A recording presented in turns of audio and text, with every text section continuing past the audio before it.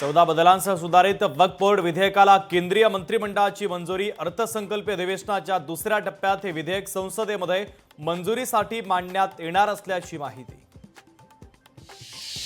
पुणे स्वारगेट अत्याचार प्रकरणानंतर सांगली एसटी विभाग अलर्ट मोडमध्ये। डेपोच्या आगारामध्ये पडून असलेल्या बसेसची केली अधिकाऱ्यांनी पाहणी।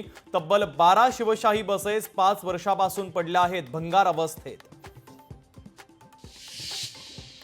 लातूर जिल्ह्यामध्ये महावितरणाची वसुली मोहीम आक्रमक। बिल भरण्यासाठी टाळाटाळ करणाऱ्या 847 थकबाकीदारांचा वीज पुरवठा खंडित।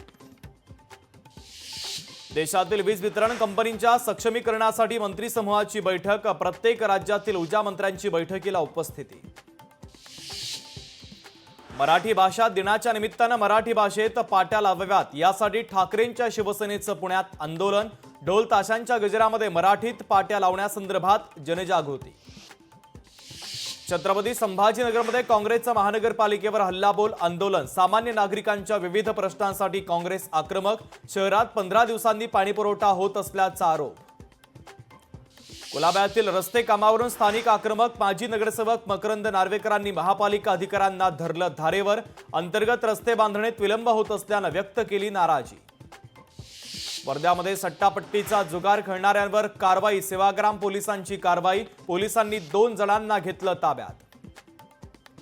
सोलापुरातून जाणाऱ्या 7 एक्सप्रेस गाड्यांच्या वेळापत्रकामध्ये बदल। छत्रपती शिवाजी महाराज टर्मिनस विस्तारीकरणामुळे गाड्यांच्या वेळापत्रकात काही महत्त्वाचे बदल। उल्वे येथील सिडको रहिवासी इमारतीमध्ये भीषण आग। आगीवरती नियंत्रण मिळवण्याचं काम सुरू। अग्निशमन विभागाच्या गाड्या घटनास्थळी दाखल। लोकशाही मराठी ऐका, पहा, जागरूक रहा।